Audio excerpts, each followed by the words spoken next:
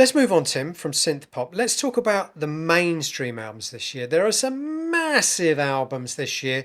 Let's tick a few boxes here. These are not albums I personally particularly like, but Culture Club were at their sort of commercial zenith here. Kissing to Be Clever came out this year.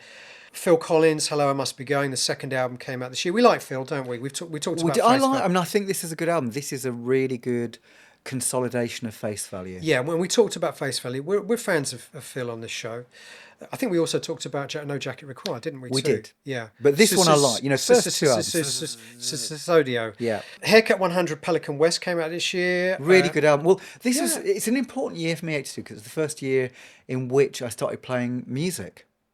Right. So for me, I was aware of almost What were you everything playing that was before that? around. What were you playing before that? Football. Football. Yeah. Of course. And I think, you know, we were rehearsing in the Latchford Brass Band Hall or Scout Hall. I could never work out which it was, but it was one of the two. I think it's the Brass Band Hall. And we had a stage to ourselves. And I remember all of these influences being around, and a couple of us were school friends. In fact, three of us were school friends, then a couple of other people drawn in. And it was that point when you were just in a band with people because they had instruments or they wanted to be Yeah. in a band. Yeah, yeah. And so you had a drummer who wanted to be in Weather Report. You're my best mate. You're going to be the bass player because no one else wants Yeah. to play the bass. So the drummer wants Yeah. to be in Weather Report. Yeah. You know, Alfonso Mango, whatever, that's what he Yeah. is. Then you've got the bass player wants to be in the Stranglers. Then you've got the guitarist who wants to be in Rush and Genesis. And I'm listening to everything around. But then there's also the keyboard player who likes the Stranglers and Haircut 100. So I was very aware of them. Great singles band, Yeah. great sound. And They were kind of a boy band in their own way, they weren't they? were. I mean, they looked fantastic. They looked very young and bushy-tailed and Yeah. bright-eyed. Well, They had the jumpers, the nice jumpers. Put it this way. They had cricket shirts, didn't they, often? Nick Hayward was a great And- songwriter, though, wasn't he? He was a great songwriter and really nice voice. And I think one of my friends did indeed look like Nick Hayward, had the dyed blonde Right. hair at that point. I had an old Yorkshire Cricket Club jumper that I occasionally wore during Right. that era, though my hair was closer Channeling to Haircut Robert Plant. 100. Channeling haircut. But I liked them. I think there's something about them that was... The House Martins had it later. It was vivacious, playful, intelligent pop. It was, in some ways, nothing more, nothing less. But it was great. It was always a joy to see them on Top of the Pops or see them on the kids' programs because there was an intelligence behind this vivacious pop. And that kind of light funk sound that also Orange Juice were producing. And early Aztec Camera to an extent as well, that postcard Scottish scene. Is there a sense that Nick Hayward, analogy with Mark Hollis, that he's kind of playing a role here in order to get a foothold in the industry?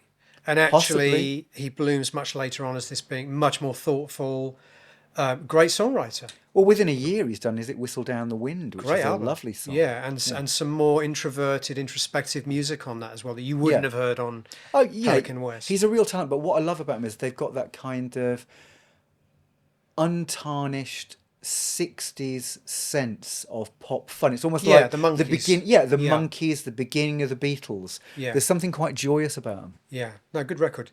We got Madness releasing The Rise and Fall this year. The Madness commercially on the decline here, but they're becoming a little more dark on this record.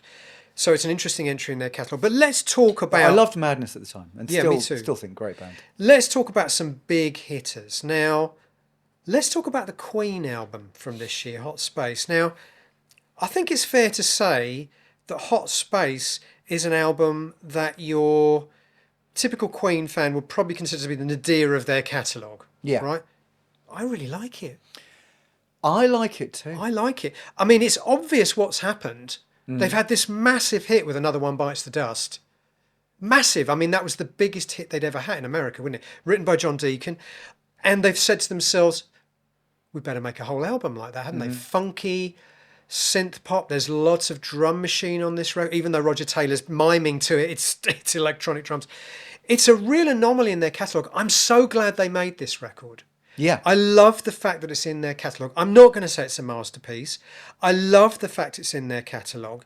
And I really enjoy it. And actually, I would argue it's a little bit more consistent as an album experience that some of the records that came after, some Or of the records, before, you know. or before, some of the records that came after and before, they have these incredible. I mean, Queen, I think of as the greatest singles band of all time, in the sense that I'm never convinced completely by an album from beginning to end. I think we talked about this before, didn't we? There are albums that come close, Sheer Heart Attack, Night at the Opera, but typically their albums have 4 or 5 just beautifully crafted, realised songs that just sound like they're made to be immortal singles, and of course are, and then some filler. And Hot Space, less so for me. It feels like I don't think, you know what? I think you're right. I think this is more consistently strong, but it doesn't have the dazzling highlights that other albums. So even Innuendo, you know, the title track, what a brilliant title track. yeah. You know, right to the end, they were making although it does have Under Pressure on it. masterpieces. Under Pressure, I do think is astonishing. Yeah, yeah. With the Bowser. The Bowser. Yeah.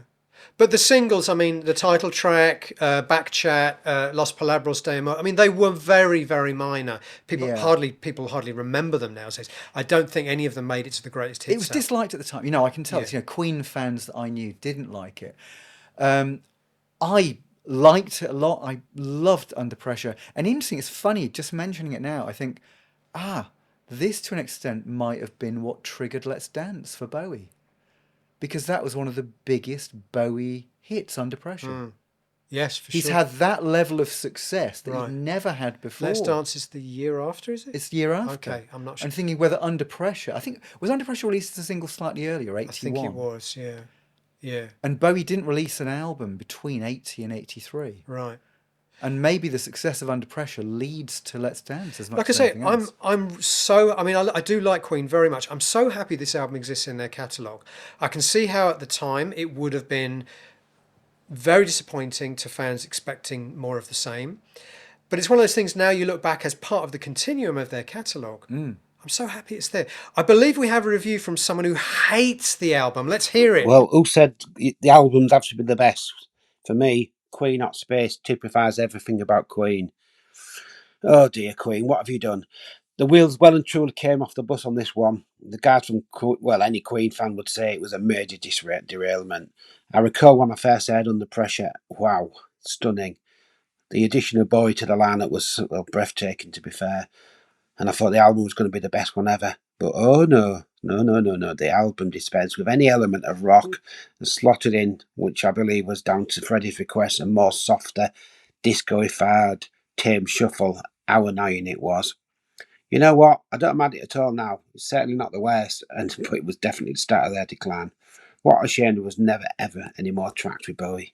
Interesting. I thought he was going to be positive about it for a minute there, but then yeah. I mean, I think in a way, he is kind of paraphrasing what we've said here. Is that in retrospect, well, he used the word, it's not as bad as I remember. In retrospect, I think it occupies a really unique place in the discography, in the continuum of Queen. It does dispense with a lot of the rockisms. Yeah. But you know what? What's wrong with bands doing different things and trying you different and I things? possibly, because of our taste, because remember, you know, we had fairly eclectic tastes, so we knew the Donna Summer, we knew the Chic, we knew the disco, so it maybe wasn't as much a shock to the system, and I really quite liked it. I agree with him that Under Pressure is the one masterpiece on this, and it would have been fantastic for them to do more with Bowie, and I also agree that actually, if you're that Queen fan, because even on the game is almost like a greatest hits collection where you've got, like jazz, it's all over the place. You know, you've got rock and roll, you've got epic pomp rock, you've got brilliant pop balladry, and this dispenses with all of that. So if you're that Queen fan wanting that eclecticism and that scope, you're not going to get it. But the game does have Another One Bites the Dust on it. Another One Bites the Dust, you're right. And you could say that this album is essentially an album full of Yeah. Another One Bites the Dust. None of them are as good as Another One, and maybe that's the problem.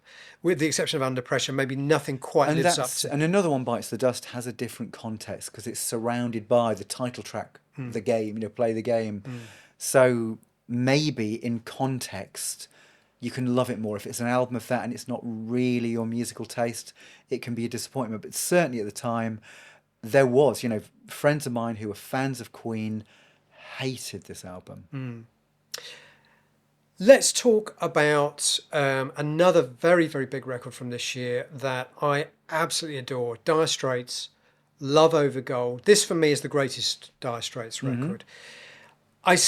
We talked about the strangest singles of all time. We talked about Oh Superman getting to number 2 in the charts. Oh God, yeah.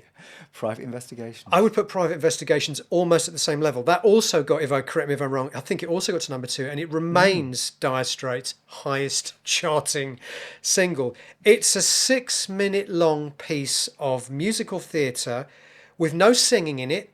He talks, and it ends with a 2-minute extended marimba solo. Yeah. That's the single. That's the single. I'd love that. The And I confidence to loved release it. that. And I think those sort of willful gestures, when we were releasing early No Man singles like Days in the Trees, I think we had that in mind. It's like, why the hell can't you get away with this? If we want to make a 7-minute single, we'll do it. You know, if we want a texture or a grunt for 2 minutes afterwards, we'll do it. What a brave single for one of the biggest bands in the world. Yeah, you can't do that anymore. Can't do that anymore. So you can't release bold singles anymore. Oh, I did hear the other week, I think, wasn't it that Taylor Swift had done a 10-minute track or something? I don't know if this is true Really, or I not. don't know about that. I don't know, but Well, she can get away with but anything. people on the internet Yeah. going, oh man, it's the first ever 10-minute track. Seriously? Well, Okay. whether it's true or not, this was, Right. spreading. Could be Okay. disinformation, I'm thinking.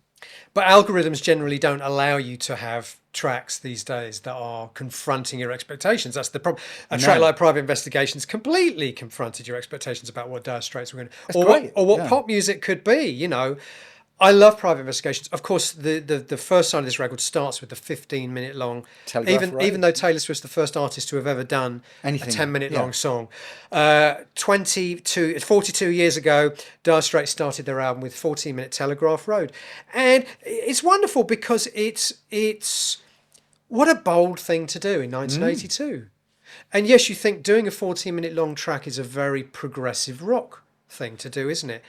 But it's not progressive rock, it's Dire Straits. It's as close as they came. I mean, the similarity to progressive to me is, I always thought with this album, it has a slight, I think Knopfler's aware of Gilmour, because Gilmour, For sure, I was what going to an say amazing Gilmour is the tone, one, yeah. and I can hear something Yeah. of Shine On You Crazy Diamond, Yes. Wish You Were Here era, Yeah. Floyd, and also they've got, I think, a new keyboard player in at this stage, and it's much more textural than previous Dire Straits albums had been. So I always kind of thought there was a Floydian quality to some of this Yes, album. true. But it does different things. And, there's also a Bob Dylan quality to Telegraph Road. Very much, yeah. And a very Dire Straits. And a very Dire Straits quality, yeah. It very much continues the sound of Dire Straits as we know it.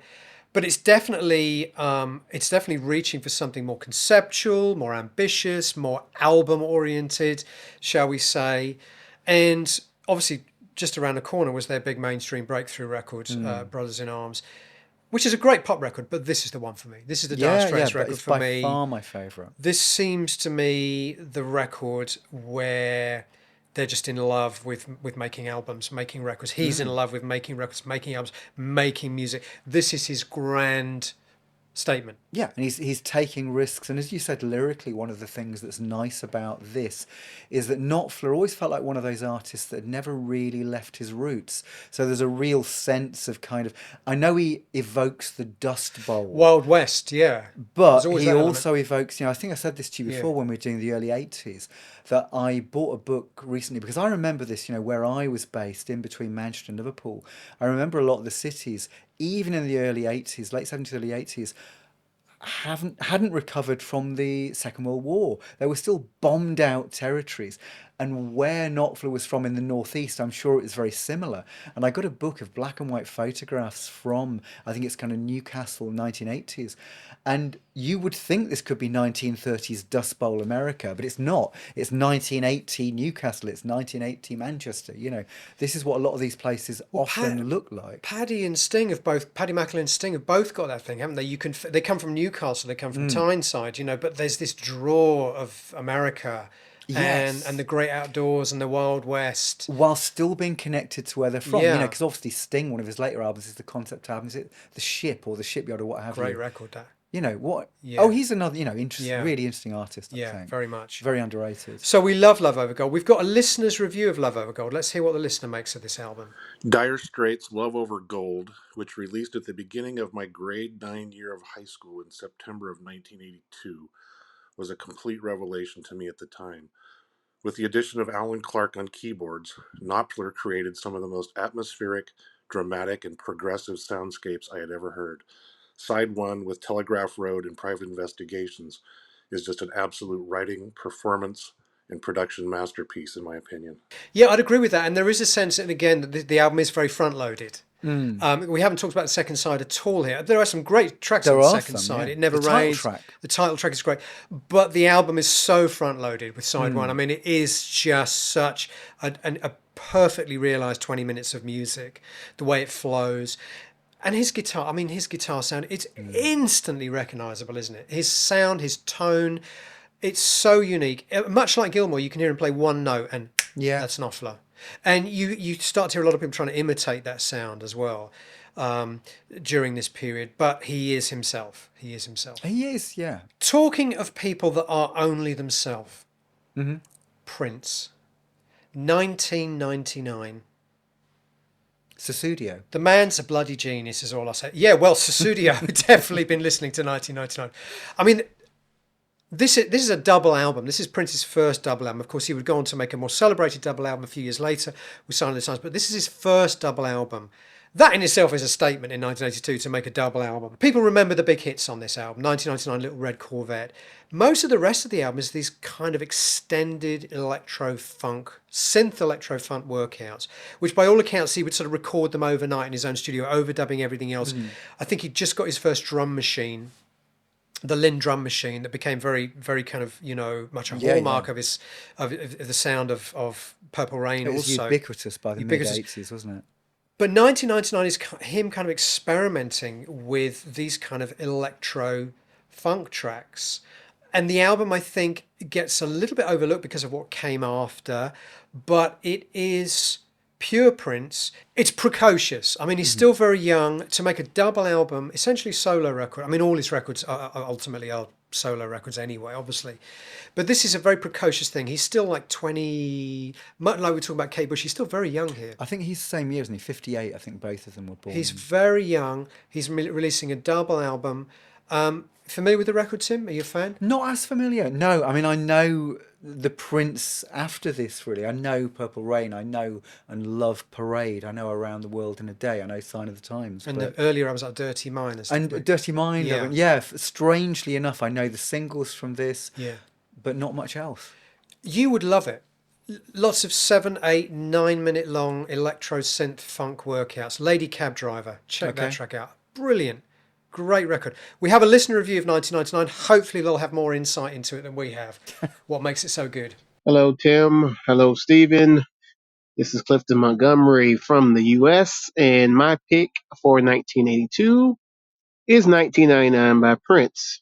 It is the last album in what I call the punk funk trilogy of Dirty Mind, Controversy, and 1999. I feel like it's the most refined of the three, and it was the last album before Prince became the Prince that the world knows. I think that's absolutely right. It does feel like the third part of a punk funk. What a brilliant way of putting it. Yeah, there's a very DIY Prince recording through the night in his bedroom quality to those three albums, Dirty Mind, Controversy, and this one. This, I think, with the title track and Little Red Corvette, lays the seeds for Prince going mainstream.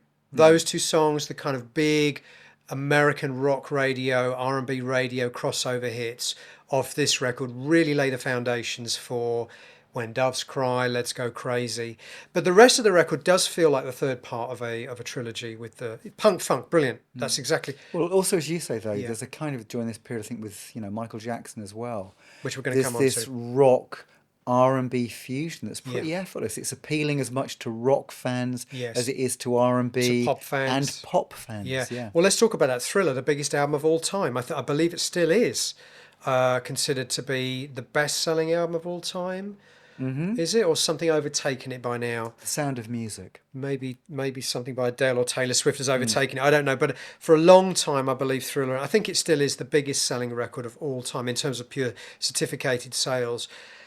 I mean, it is a stroke of genius, this record, isn't it? I don't need to ever hear it ever again because the songs are so ubiquitous. And lest we forget, the title track, written by another English northerner, Rod Temperton from Heatwave. Ah. I thought you were going to say George Formby for a minute. George Formby, Paddy McAloon, Yeah. Lawrence out Felt. No.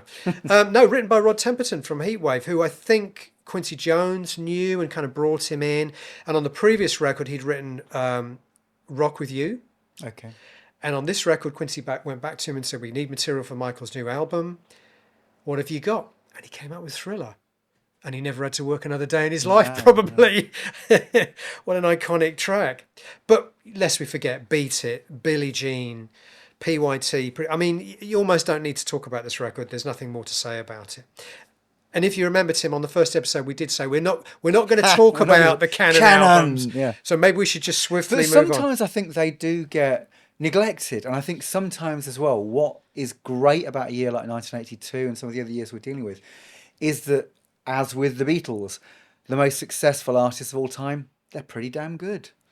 They are, and there's a reason why. I mean, it's like with Queen, you cannot knock Queen. Yeah. I mean, I do say, and I say it because I believe it, Queen were not necessarily the most consistent albums band, but you cannot knock the catalogue. Well, Just there was a genius moment after genius moment. last week because kids, I think Queen, partly because of the film, but partly because of their songs, have constantly reinvented themselves with a young audience. Yeah. So I was in a record shop last week, the other record shop in Rye, it's called, a fantastic little shop, and there was a girl there who was 14 or 15, and she was just pouring through the Queen things, and she got either a DVD or CD of interviews with Roger Taylor, Brian May, talking about the Queen phenomenon. And then she was talking to him going, oh, God, I can't go with this. I'm going to watch Bohemian Rhapsody again after tonight. And she went out and bought this. Again, encouraging physical sales, fantastic in this day and age. But she was young, she was excited, and was just pouring her heart out about how much Queen meant to her in the shop, oblivious to Right. anyone around her. I think that's true, and I think the only other two artists that spring to mind, there may be others, the two other artists that spring to mind that have completely been rediscovered generation after generation, even to the point where there was a time in history where it almost felt like they were underrated, but you cannot keep great music down. Queen, ABBA, Elton. Beatles. I mean, Beatles, I would say less than those three. Elton John's Diamonds has been in the top 10 album chart for the last 5-6 years. Oh, yeah, in terms of sales, yeah. Fleetwood Mac, if you're talking about that as well. Possibly, but young kids, young kids will know 5-6 Elton songs, 5-6 ABBA songs, 5-6 Queen songs, almost without fail. I'm not sure they would name you 5 or 6 Beatles songs. Maybe I'm wrong about that. Fleetwood Mac, I think they might, because Rumours still hovers around the charts. It still one of does. the best That's selling. true. Yeah. But anyway, Thriller. It's an untouchable master. It is a masterpiece. It still sounds as good as it ever did. And I love the fact that Quincy Jones, of course, started, doing jazz arrangements, started doing easy listening, all sorts of things. His background is so different. Yeah. Well, He worked with people like Ray Charles, arranging Sinatra early on the 60s. Sands. Yeah. Amazing. Doing the arrangements for that. Yeah, he'd been around. Even by this time, he'd been around for a long time. Exactly. And he'd been around in such a different industry, Yeah. and with different styles. And I love, we always talk about people like Gabriel and Bush reinventing themselves with the era. But Quincy Jones, for God's sake, 62, he's working with Ray Charles. As you say, he's working with people like Frank Sinatra. 82, he's the producer of the best-selling album of the year and now of all time. He's a great talent. A ridiculously talented guy, yeah. Fleetwood Mac, you mentioned Fleetwood Mac. Mirage came out this year. It feels like a sort of Tusk we love. Yeah. We talked about Tusk. This feels like a bit of a retreat, doesn't it? Back to, that didn't do as well as our Rumours, and we better try and make a bit more Rumours. It seems like for me, it seems like it's good, but it feels like a band trying to make Rumours Part 2. Presumably a very dysfunctional band by this time, in terms of the interpersonal relationships anyway. It's okay. It's almost like a forgotten album, isn't it? Because It's massive. Rumours Yeah. is massive Yeah. and brilliant. Yeah. Tusk, less massive but utterly eccentric and brilliant. It's something you can talk about ad infinitum. Endlessly. Yeah. I adore that Yeah, album. yeah. Mirage, as you say, I like it. It's a Fleetwood Mac album. It was still massive. It's good. Yeah. Still massive. Yeah. But the problem is it comes in between the two colossi, doesn't it? Yeah. Because 4 years later, is it? Tango Or in 5? the No, it's Night. 1987 Tango in the Night, isn't Yeah, it? yeah. And that is almost as big as Rumours. And it's full of great anthems. Well, that's interesting because Tango in the Night, I think, has got a lot more of the DNA from Tusk than Mirage. Almost Yeah, seems like we're yeah. going to completely forget we made Tusk, and then you hear a track like Big Love, the first track on Tango in the Night. It's like that's the logical step on from I Tusk. totally Yeah. agree. I mean, I think, Tango in the Night is one of those albums that it's a massive commercial hit, but it's really interesting Yeah. as well. Yeah, we won't talk about that because we'll save it for whenever we do talk about it. Macca. Macca, Tug of War. Now, I wasn't so familiar with this record. I listened to it. It was produced by George Martin, another record produced by George Martin this year after we talked about the Ultravox quartet album from this year. A lot more successful as a George Martin production. It sounds lovely, this record. I think people have this idea that I'm always down on Macca because I didn't really like Macca, Paul McCartney's second solo you album. didn't give the McCartney first 3 10 out of 10, the did you? first episode we talked about Paul McCartney Yeah, too, yeah. and to be fair, to play devil's advocate and to make it entertaining, I took the contrary stance on that. McCartney 3, where he invents electronica, he invents drum and bass, and he produces some of the most beautiful ballads of all McCartney time. 3, that one only Sorry, came out about McCartney 2. Schoolboy McCartney era. 2, Didn't know of what album you're course. talking about. I don't. McCartney 3 is great. I as well, love actually. McCartney 1. I love I love 1. McCartney 1. And- I love McCartney 2. And McCartney 3, what a great album. And I haven't heard it. And I actually quite like McCartney 2, even though I think there's a couple of dodgy tracks on it. But Drum anyway, and bass, electronica, Waterfalls, Tug of War. Let's talk about Out Waterfalls Eno is lovely. Zeno on a couple of tracks. Let's talk about Tug of War. It's a lovely record, isn't it? Presumably you know it very well because you're the You know world's what? biggest Paul McCartney This fan. is the thing, I am, aren't I? But this is one, it's an absence in my collection. I think it's sort of, because I love, McCartney was one of the first people I adored. And I came to him because, of course, as you know, one of my first loves, it's John Barry. It's Bond themes. It's Jeff Love playing the Bond themes. But also one of the first things I ever got, Live and Let Die. It's Macca doing what the a track. Bond. What a track. And what an amazing track. Yeah. And then I realised that my family had the blue and the red Beatles albums, so I got into the Beatles backward through Wings, which is what the Beatles always wished they'd been. Well, as Alan Partridge said, the Wings, the band the Beatles could have been. Come on, Wildlife is brilliant. I don't think What? that's a particular. Red Rose Speedway. Red Rose Speedway, brilliant. Now you're Band on talking. the Run. Love it. Back love it. to the Egg, London Town. What a run. Yeah, so I can't go with you on some of those. I love Red Rose Speedway. I love Band on the Run. I love Wings at the Speed of Sound. Yeah. Back to the Egg, London Town. But I don't know what this was. Maybe Wings, because Wildlife. I bought, because we're looking at the albums here, and I bought possibly 100 albums or more this year. I've been out there constantly buying because you couldn't listen to them through streaming. You could listen to them at friends' houses and so on. And I don't know why, because I loved McCartney too, as is well known. Tug of War was just kind of outside. That's odd my because on reference. my listening, it's a much better record. The on my McCartney list. too. Yeah, I know you find that almost inconceivable, Tim, because you think McCartney 2 is the greatest album ever made. But Yeah. just on a very cursory listen, one thing I love about McCartney is his career is fascinating. We were talking about Queen. We love the fact that Hot Space exists in their catalogue. Mm-hmm. I love the fact that McCartney in his catalogue has these albums that very often people will dismiss. Wings, Wildlife. I mean, I've listened to it. It's not very good. But I can understand why you like it and why Dear friend. and why some McCartney fans are apologists for it, because it's fascinating. It's a Yeah. fascinating thing in his career. It sounds like they knocked it off overnight. It's not very good. It's There's still no got some amazing melodies. there's The no- title track and Dear Friend, I think, are two of the best things he's and ever I would done. concede that probably there's a couple of tracks on there that are diamonds in what is essentially not a particularly good record. And Diamonds in the Rough. And that's probably true of London Town too. In fact, I know it's true of London Town because With a Little Luck is a great track and I love that track. But I've listened to the record. It's not very good. But I love that about his career, that there is a sense of him just shitting out these records. That one didn't work. That one didn't work. This is a masterpiece. The next one's a bit. Yeah. Try something else. Going to work with someone.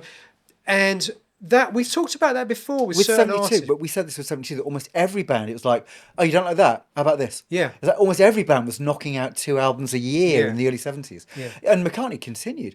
So weirdly, this is kind of a blind spot or a blank spot in my McCartney knowledge, because again, I got Give My Regards to Broad Street, which people don't like Yeah. particularly. Which I think it's got some great stuff. Press to Play. So I was still buying McCartney albums in the 80s. And, I do remember having Wings posters still on my wall alongside the Joy Division posters.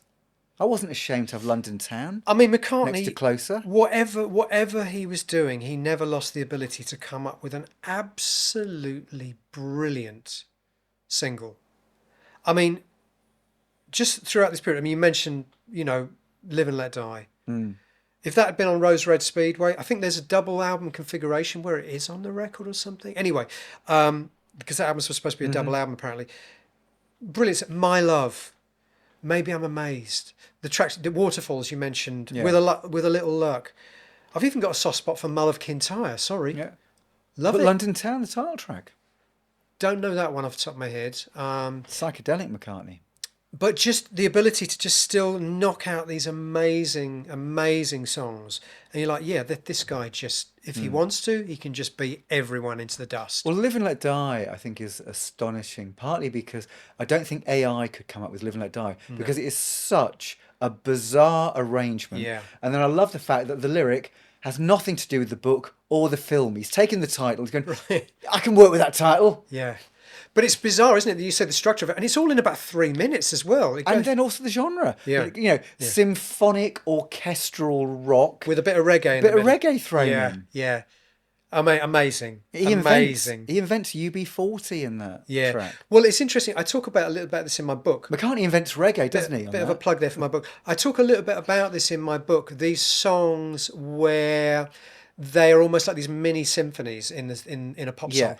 I talk about "I'm Mandy Fly Me" by 10cc love as it, being yeah. one of those.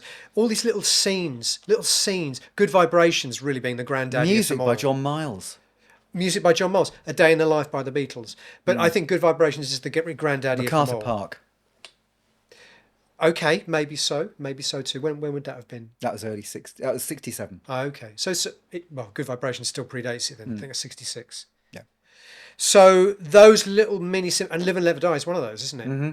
All these little scenes crammed into 3 minutes, a short film. Yeah. Love that. Again, you don't hear those kind of songs anymore. Couple of other last outliers for the mainstream section. Dexys Midnight Runners.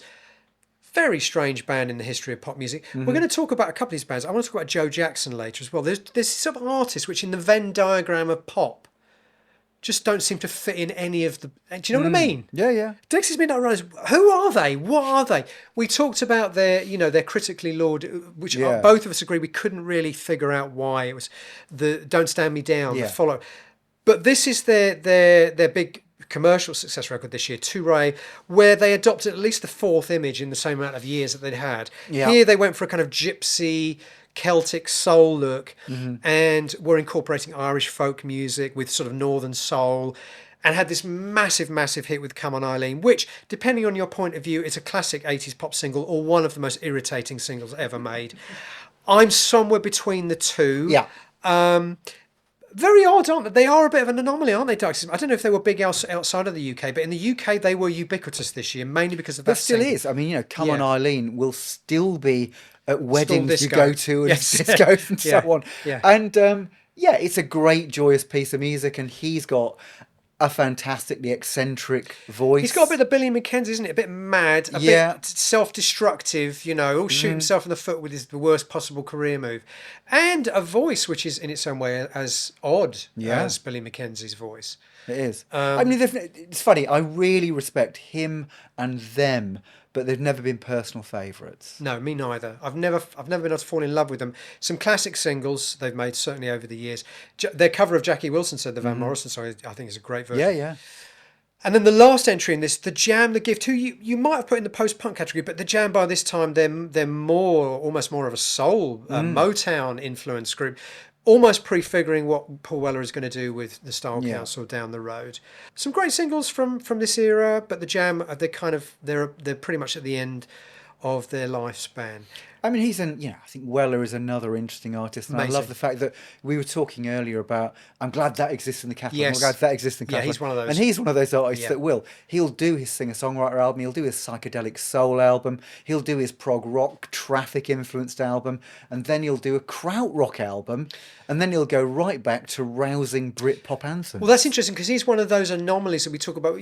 Scott Walker obviously being the poster child for this in a way, of someone that has achieved their most experimental phase in the continuum of their work in his later years, because he's just been making these really interesting experimental records for almost under the radar, but they all go to number one. The fan base is huge. Fan base is huge, but then he's almost like moved on to the next. Within 12 months, he's moved on to another, and he's been creating this extraordinary continuum of quite ambitious, which, as you say, can reference everybody from Alice Coltrane to... He's a real music fan, but even in the 80s, Can. he's on Peter Gabriel 3, isn't he? Yes, he is. He yeah. works with Robert Wyatt. Yeah. He's got his ears open. I mean, I was once in a curry house in Hanover, and him and his band. Showbiz anecdote coming up. Showbiz anecdote. That was it. Oh, We were that's there. it. So I was there with Marcus Reuter, who you know as well, and Bernhard Wüstheinrich, and we're on one table.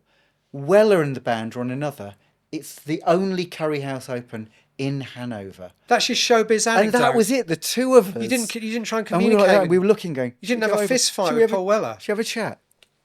And we couldn't. very- We could not bring ourselves to go over and talk It's to a him. very poor showbiz anecdote. It's a terrible anecdote. If you want to know It's a why terrible If you want to situation. know why we've never been successful, Tim, in the scheme of things, that's, I think, a lot of the answers. I there. should have Very gone over poor, there and thrust. Very poor showbiz. Thrust. No, No, but he's man. a very interesting guy. Together we're stranger. He's one of the main talking heads in the his Nick hand. Drake documentary. I mean, he's a massive Nick Drake fan as well. So, as you say, he's got this. And he's really gifted. He's really, Amazing. Wildwood. What a great piece And of again, music. you think back to those early Jam singles. He was like 18, 19 years old. He's Yeah. knocking out things like Down in the Tube Station, going underground. That's entertainment. One of the greatest English songs of all time. Rose. One of the greatest. Well, that's entertainment for me. One of the greatest songs of the whole era. He wrote it when he was like 20. 20, amazing. But what's good about him, as you say, he's still going. And He's still there. He's still interesting and he's still interested. Yeah, absolutely, yeah.